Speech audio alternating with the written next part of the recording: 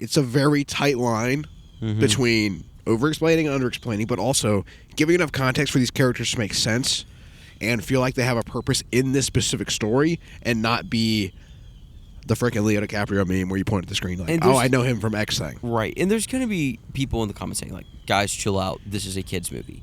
But it's not. It's not, though. That's fine, but, like, this is just in general more than just, like, oh, this is a fun popcorn flick. Like, it is, but this is the first Star Wars movie in 7 years, like we've said.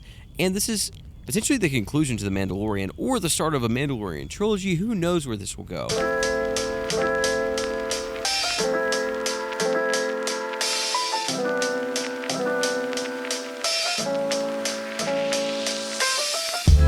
We are a few days out from The Mandalorian and Grogu. It is true. Usually when we're a few days out from a Star Wars movie, we'd be pretty psyched. We'd be psyched. The internet would be psyched. The world would be electric. How psyched we feeling right now? 6 out of 10. That's a positive number. I am moderately excited for this movie. I would say I am moderately excited. I mean, I think part of it is we just did this. We did just watch everything. So much Star Wars. It's true. Except for like the Ewok movies, which it's all y'all like, hey, they were released in theaters. You have to do them. I think that's hilarious. They were released in theaters like outside of the U.S. apparently. Okay, that's hilarious. We'll review them one day. Yeah, we will. We'll get around. Yeah, to we it. will. But we've watched all the live-action Star Wars movies in the Skywalker saga, and then the 2 Star Wars stories, and then we watched them all. Yep, it's true. It's been a lot going on. We did a Star Wars Hot Takes podcast. If you like Star Wars, we've been covering it. So go watch all of that stuff. It's true. But, yeah, how are we feeling about The Mandalorian and Grogu? I mean, we're here. A Star Wars movie is coming out this week. If I was 15, I think I'd be losing my mind. First Star Wars movie in 7 years, I think. And after all of that, everybody's kind of like, okay. Everyone's like, eh.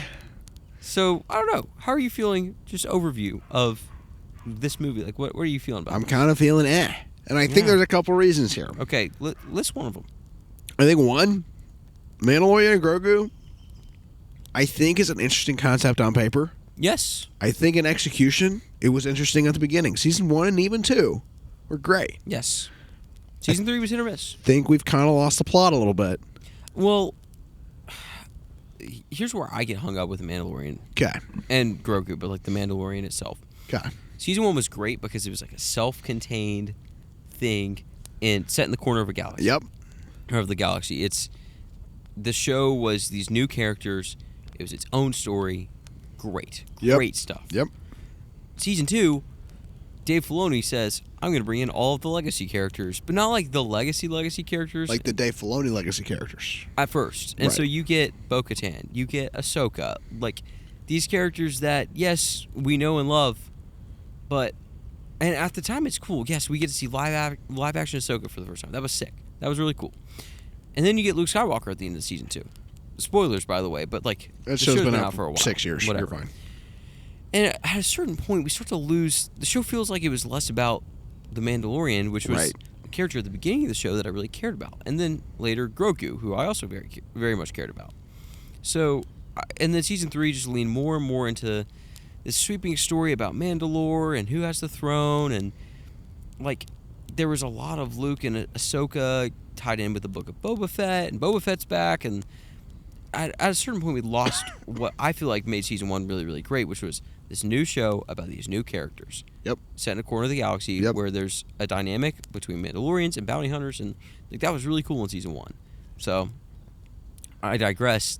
I like the idea of the Mandalorian. I still like the Mandalorian. But when it comes to this movie, I'm kind of like, eh. Here's my thing. I think this show is relatively interesting. Yes. I said that before. Yes. I don't think that the Mandalorian is an interesting enough character to execute this show's premise. And here's what I mean by that.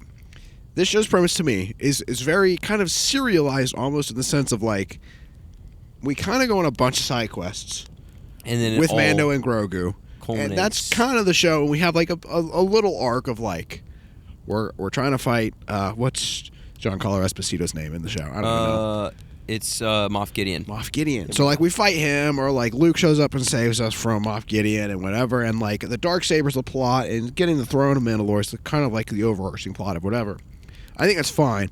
But to have this serialized thing, I mean, I look at a show like Atlanta, which is not similar to Mando This Grogu in at any all. way. Nope.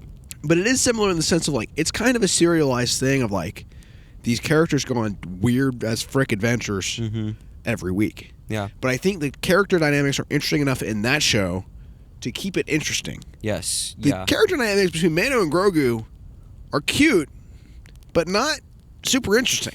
And it's this motif right now that like this unexpected father-son duo, or like Who happens to be played by Pedro Pascal every time.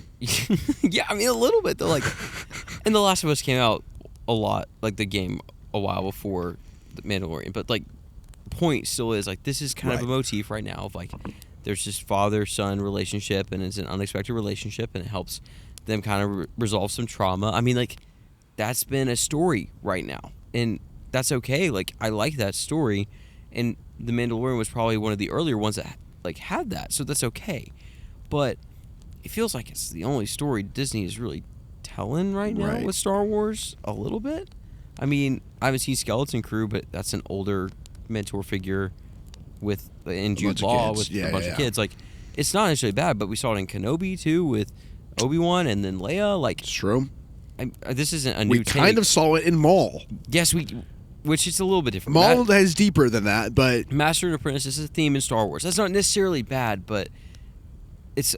I feel like this isn't a novelty anymore, and I think what made Mandalorian cool at the time was the novelty of it, and the characters are still cool. And I think season 1 did a great job of like wrestling with Din's dynamic with the Mandalorian clan and can I take off my helmet? Right. Like, that was cool. But that was kind of the deepest we went with Mando. I know. Like, I don't know if we've gone any deeper kind of at all. And I think that's like my biggest point in this is like, and I've watched a ton of Jon Favreau, Dave Filoni interviews. So for those of you who don't know, Jon Favreau is directing this movie, obviously. Yes. And Dave Filoni is producing, and he's officially the head of Star Wars, yes? Yes, it's he like is made the known. CCO and president and all the stuff. So he's kind of the head honcho. Yes. And Which I think is a good move overall, but that needs to be proven. yeah, I think it is for sure. But something interesting that they said, I think Jon Favreau said this in an interview, is like, like the writing strikes happened in Hollywood. Yes. So he had written season 4, but production kind of stopped on that. So he had scripts, and then when they had a Disney meeting after the writing strike had ended and all that had wrapped up, they said, all right, we haven't released a movie in X amount of years. This is a problem. We need to have movies released because we make movies, right? So then they turn to Jon Favreau and basically say, hey, you're working on IP that the people already like. Turn it into a movie, basically. And that's basically what they said. And I don't even blame Disney necessarily. I don't blame them. Like, you would say, like, oh, why don't you do an Andor movie? Except Rogue One exists. Right, So, yeah. like, you can't do that. So, yeah, I mean, I understand a little bit of, like, this is a newer Star Wars IP that we've created that people like. Let's make a movie out of it. I don't hate that in theory. Right. It's just, this feels like a little bit of a modern made-for-TV movie. Yeah, and, I mean, allegedly Jon Favreau, we'll see when we watch the movie, but he said he kind of scrapped season 4 and they've built this from the ground up. So it's not going to feel like 3 episodes combined. Which is probably good. Which is good. I think that's healthy. And I don't actually think, I said, we did like a little Star Wars, kind of state of Star Wars episode, probably like 3 months ago at this point. Which you can watch right here. And I said, like, this movie's going to be bad, like, definitively. I think this movie will be I think it'll be okay. I think it'll be fine. I don't know, dude. I'm probably in the okay to decent range. Okay. Like, I think it'll be a serviceable popcorn flick. Right. That we're like, that was a decent time in the movie theater. I think that's what it will be. And I'm going to shelf it in my mind and probably not think about it again. But I think this is a super questionable move for Disney in the sense of, like, I'm like, I know that this is IP that people know, and this is familiar enough to be like, oh, yeah, I like a Baby Yoda. I'll go see this movie with my kids. I get that. Yeah. But from a longevity perspective of this is now the first Star Wars movie in 7 years, and the company and the future is really rocky right now. Yes. Why are we putting this out? That's kind of where I'm at. I think, too, like, there's what Jon Favreau is saying about, oh, we haven't put a movie out. Let's make this into a movie. I think there's an aspect of this that Disney Plus probably doesn't make as much money as people think it does. I think that's probably true. Yes, Mando Season 4 probably could have gotten some more traction to it, but I think they probably looked at the state of Disney Plus, and this is just my take. I could be wrong about that. No, I think they literally said this in the interview. Oh, that like they looked at Disney Plus. It's not as profitable as much. Well, they didn't say that because it's Disney, but here, like they said we assessed the situation and okay, we think movies would be better. My take is like Mando as a movie will make more money than Which Mando I think will. as a show. Right, 100%. Which is sad, but like also, dude, that means that you're not putting out great Disney Plus content. So well, I think theatrical movies make more than streaming shows in general. Maybe? You don't think so? I mean, I think a really good streaming show, like Stranger Things as a show, was probably going to be. This is good. Was probably going to make more money than Stranger Things as a movie. Yeah, I agree. I think more people renewed their Netflix subscription for Stranger Things. I agree. But like that's the highest of the high as it comes to like people streaming a TV show. Yeah, I agree. That was like the number one show in the world and has been for a relatively long time. I think like Game of Thrones, there's also content that works better as a TV show. Like I don't think Game of Thrones would work at all as a movie. Like yes, a one-off movie of Aegon's Conquest, that's one thing, but as like the show, the source material, like you can't make 10 movies of that and it be good. Like I think on paper the Harry Potter TV show will probably be better than the movies. Now, I agree. In execution, no idea, but also trust HBO. They make good stuff. Yeah. But like, yeah, giving it more room to breathe is great. With Mando, I think as a show, the quality of the product would probably fit better and feel better as a show, not a movie. I agree. Like, I don't care as much to see these characters on the screen, but if they had said, hey, Mando Season 4 is coming out, I would have been like, sick, I'm going to go rewatch Mandalorian. Like, I genuinely would have said that and gone and done it. So, I don't know.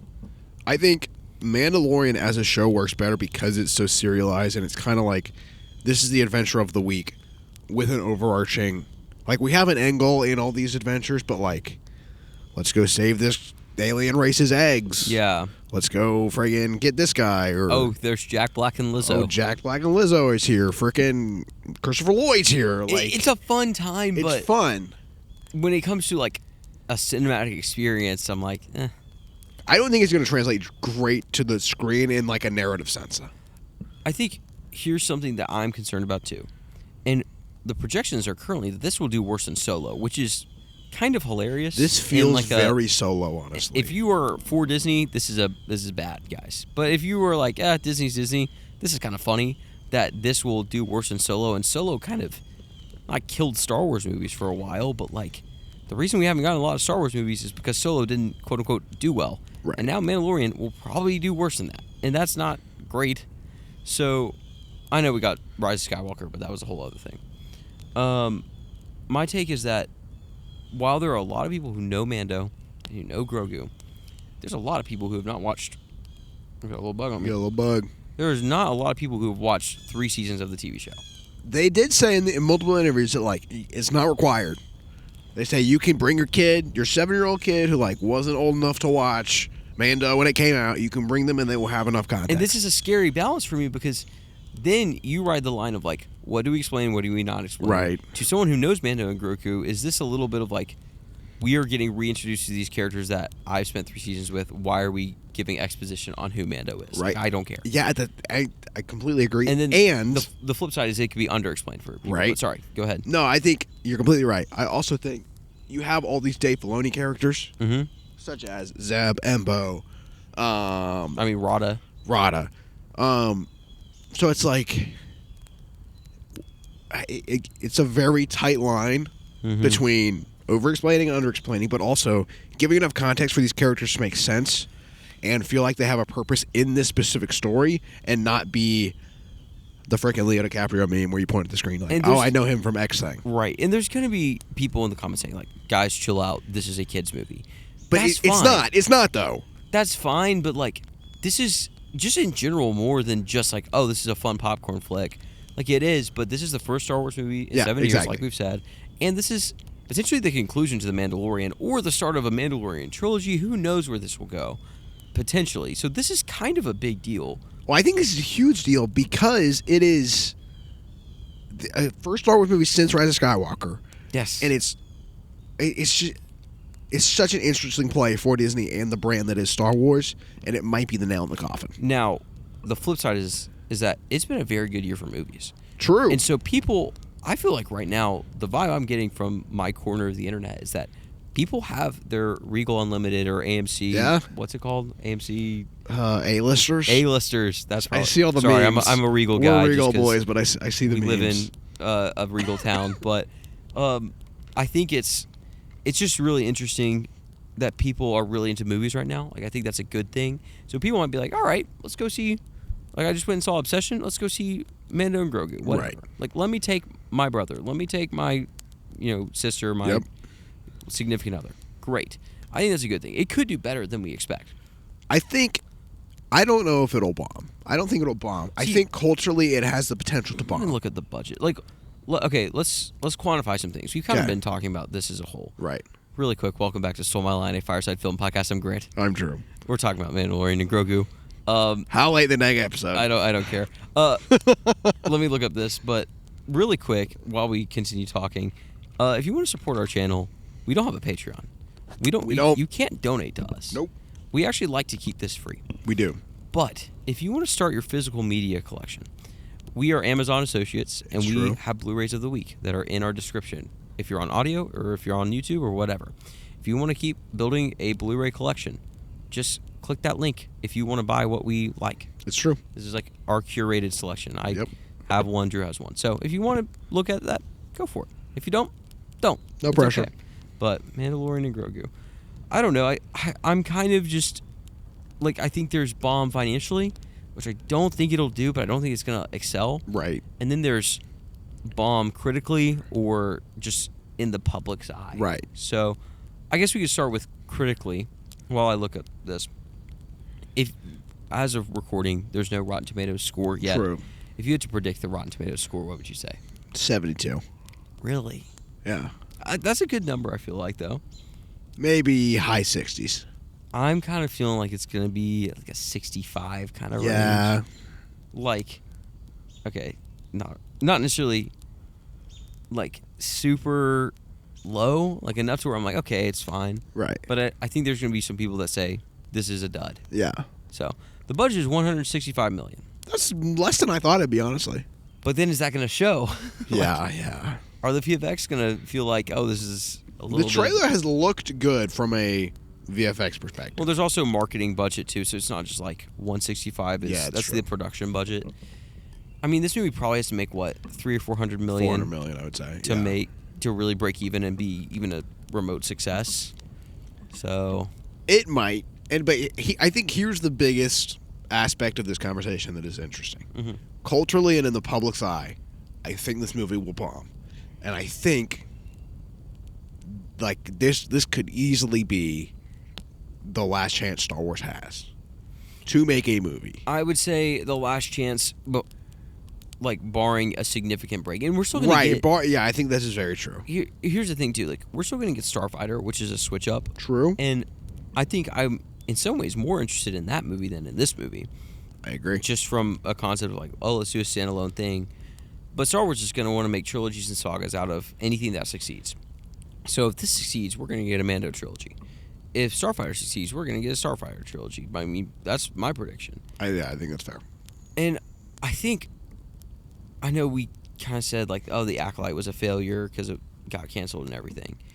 I do think Star Wars needs to camp out in a corner of the galaxy or the timeline in Star Wars and say like, this is what we're making for the next 10 years and we're just going to try this. Yep. And I don't really think they're doing that right now. I think they're just hanging out in the Luke Skywalker saga era, and it's fine, but I'm a little tired of it. Well, I think Disney is going where the money is. I mean, even the brief conversation that Jon Favreau talked about, which could even it's an interview, so like take it with a grain of salt. Yes. But he basically said like they came to me and said, "Hey, everyone likes Mando and Grogu. We need a movie. Make it a movie." That mentality, like that's not creative at all. No. That's completely reactive to culture and where culture is. And as a creative company, I think it's your duty to be creative. And they're letting Dave Filoni go do whatever he wants with, I mean, sure, sort of live action, but really more like animation. Right. Like Maul series, which is not like the most creative thing, but like you can tell this is something he really cared about, and he got a really good team together for this. And Sam Witwer cooked with it, and it was very good, very creative. I mean, sure, we've gotten stuff like Star Wars Visions. I think Skeleton Crew is relatively original, but Star Wars is like, they're kind of trying stuff, and it doesn't really feel like there's a direction with it right now either. Yeah. It's just like, oh, let's try this. Oh, let's try that. Oh, let's get Ryan Gosling in here. Like, I don't know how much this is working right now. Here's what I think Star Wars needs.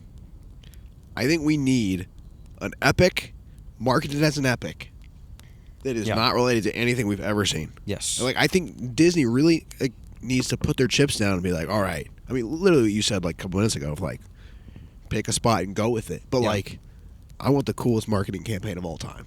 For the new chapter of Star Wars. Do a little bit of a Lord of the Rings thing. Like, just hear me out. You take maybe some of the best stories from what's now Legends that's set in the Old Republic, and you get one director. And you get a really, really great director. But a killer writing team, too. Yes, but, like, get a James Mangold. I know Dial of Destiny was kind of a flop, but, like, he's really solid. Like, get somebody who can really cook.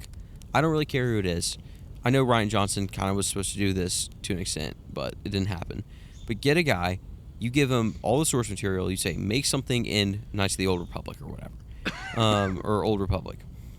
And then you make him do 3 movies, kind of back to back to back. Yeah. And you release those every Christmas, just like they did with Lord of the Rings. Yeah. And it is one cohesive thing. This is a great one idea. story. And you market the crap out of it. And you get some decent actors, but you also get some new faces, new names. You make it a really cool mystical Force movie.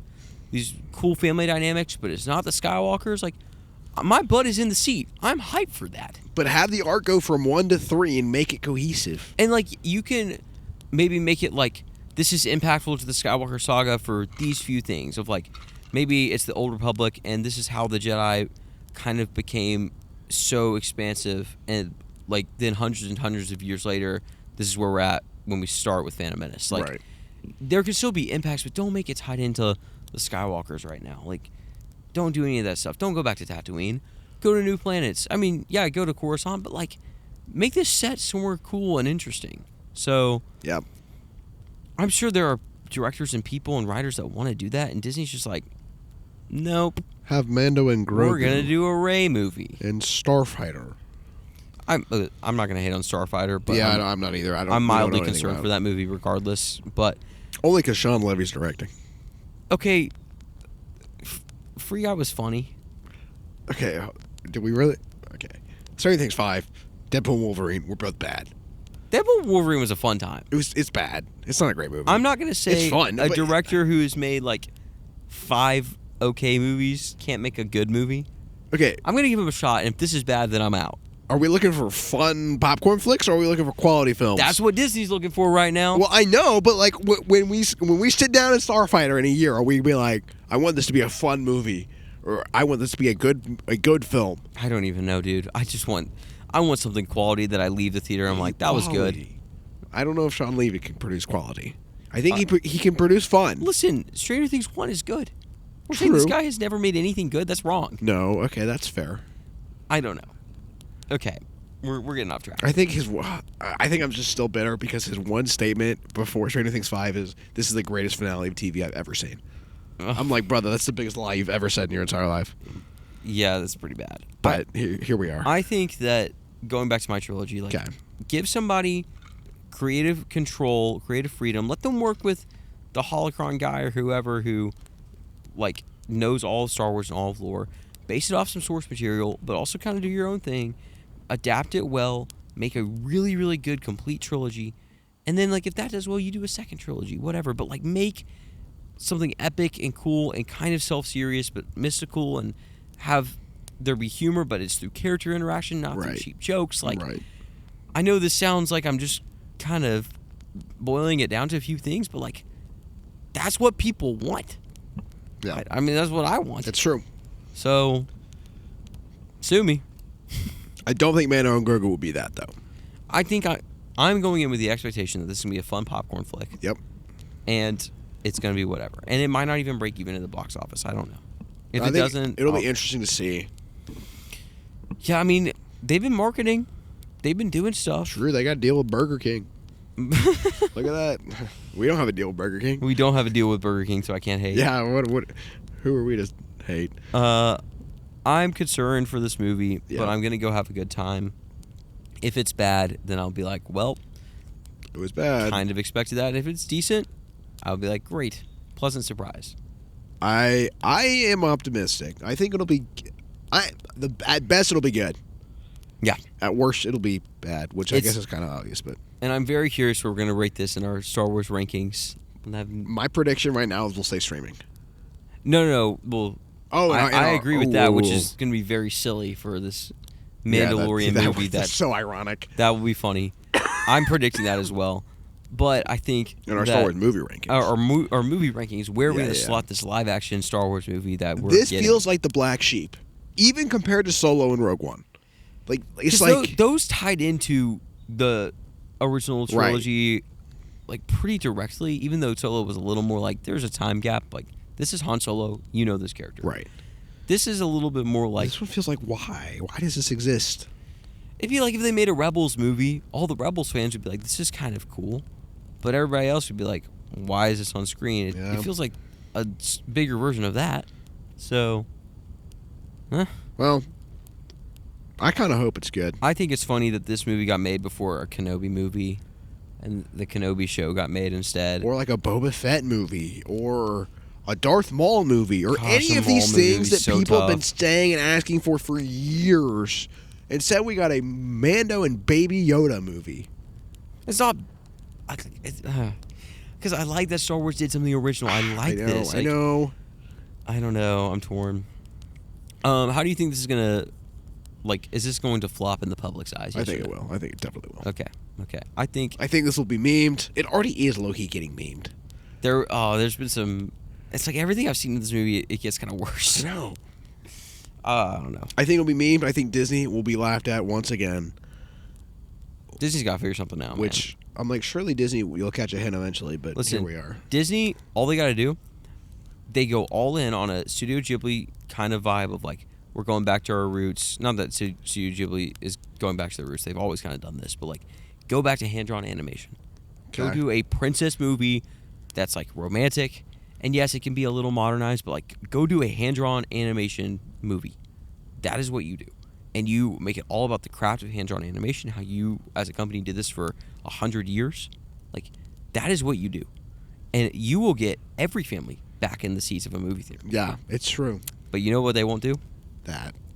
Yeah. So, oh well. I think you're totally right, too. I'm like, it's so easy. If I had a little kid or like a little daughter and there was a new hand-drawn animation Disney movie coming out about a princess, I'd be like, heck yes, I'm taking my daughter to go see this. Yeah. So, but by the time they do another one of those, my daughter might be 18. They might not be able to take her to it. Yeah, I think you're right. Do you think this will be a cultural bomb? I mean, we've kind of already said it, but yeah, I don't know. I think this could be a hit with young families. Kids. I think it could. I think that's true. Baby Yoda's cute. But we cannot keep writing on that. I That's know. been post-COVID. The only thing Star Wars had going for them is Baby Yoda. Do you want to hear my Mando hot take? Please, hit me. And sorry, it's a little bit of a gear shift, but I feel like it summarizes how I feel about the Mandalorian. Okay. Season 2 should have been the end of the Mandalorian entirely. Yeah, no, I kind of agree. I actually liked the ending of Season 2 of Mando takes off his mask and he says goodbye to Grogu, and Grogu goes off. Yeah. And Grogu could have been part of Luke's order and then killed by the Knights of Ren. Killed by Kylo? But I think that was That would be crazy. I don't know if this is true, but at one point that could have been the story. Yeah, that would be Like- crazy.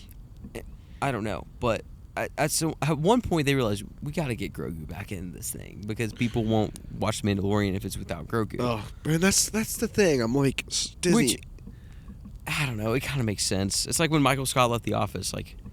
I know it makes sense, but Disney is not making story. And I kind of already said this, but Disney is not making decisions based off story. They're making decisions based off how can we get a Burger King deal. But the 2-season arc of Mando will not take off his mask. He's shut himself off. He's only about least bounties. He opens himself up to this kid, which is just kind of funny because I feel like I'm talking about every Last of Us type show, whatever. But he opens himself up to this kid, and he kind of feels protective, like he wants to be a father because he was taken as a kid, and he has some trauma there. Yep.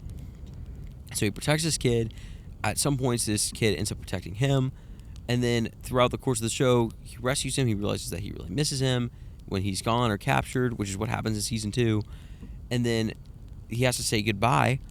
And so at the end of this 2-season thing, he takes off his mask, which he was not emotionally ready to do at the beginning of the season. But through this relationship with this kid, he was ready to. And it was a really sweet emotional moment. He says goodbye. And that's a really good 2-season arc, it's honestly. Great. Like, yeah, there's some filler episodes, but that arc for Mando was great. I think it's very, very good. Luke Skywalker coming back, great end. It could have been a great end of a 2-season show. Yeah. And then they just were like, we got to keep this thing rolling. Yep. So, I don't know. That's true. Well, what you going to do? What are you going to do? I feel like with all of the advice we've given to Disney, we could run a pretty dang good Lucasfilm. I'd listen. We are not in the ins and outs of a Lucasfilm, but it feels so simple on paper. I know it's harder than it is, but we're doing a Star Wars Hot Takes Part 2. We did one. True. I think we already said that. We've already done one. But my second hot take is that Drew and Grant could run a better Lucasfilm than that. Kathleen Kennedy. We should actually talk about that on the podcast and just see like what people say. We're gonna get clowned, but like you guys are in your 20s. You don't know anything. All right.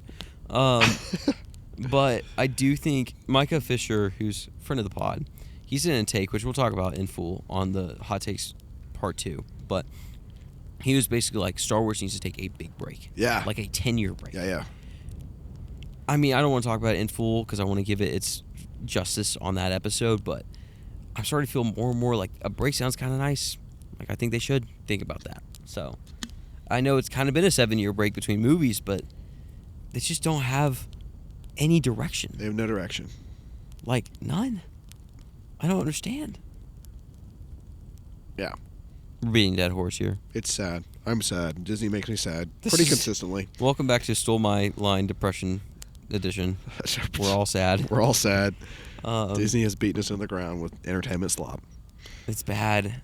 It is so bad. I don't like... Dude, what's the last thing that wasn't Pixar that was original? Like, I think the last original thing that I saw of Disney's that wasn't Pixar was Encanto. Okay, maybe. I'm trying to think of what else. I'm talking all of Disney? Like, recently. I think Pixar doesn't really count. Well, is that really... Pixar. Oh, wait, you said beside Pixar. Yeah, Pixar it was probably Encanto. Or Onward. Which one came first? Onward was Pixar, and they came out in 2020, and Encanto came out after. Okay, Encanto. Yeah. I mean, Mando was original. Yeah. I'm talking like Disney, not like Star Wars Disney, Marvel Disney. Like, just Disney the brand. Because they've been doing all those live-action remakes, and I haven't seen one since Lion King, I don't think. What do you mean you didn't catch Peter Pan and Actually, Wendy? I saw Little Mermaid. I did see Little Mermaid. Oh, you did? It was fine. I did not. Hey, but we're going to go see Moana 2 and review it. Aren't you excited, Grant? You mean Moana remake? Yeah, that's what I meant. Which is this... there is a Moana 2, which I did not watch. Yeah. But that's not original because it's based on... Or it's a sequel to Moana 1. No, I know. All right, we got to wrap this up. All right. Sorry for this depressing podcast. But this is where we're at with Mando. Let us know what you think. I know. We got a lot of stuff in the pipeline. Drew, what's our week look like? We are dropping Obsession. Sorry we're late to that. We're super late. Yes. But here's the thing. Maybe it's good that we're late because I feel like hype for this movie it grew after the first has weekend. grown. Yeah, so if you are going to go watch on the second weekend, we'll have an episode for you. This feels like the weapons of 2026. Yes. That's kind of the vibe. That is the vibe we've been getting. So. I'm going to go see it tonight.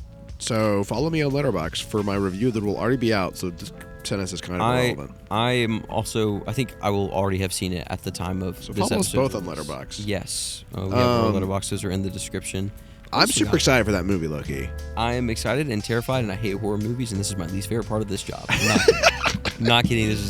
I will say this on the podcast. This is my least favorite part of this job. I hate watching horror movies. He does. I love y'all. Watching weapons next to him.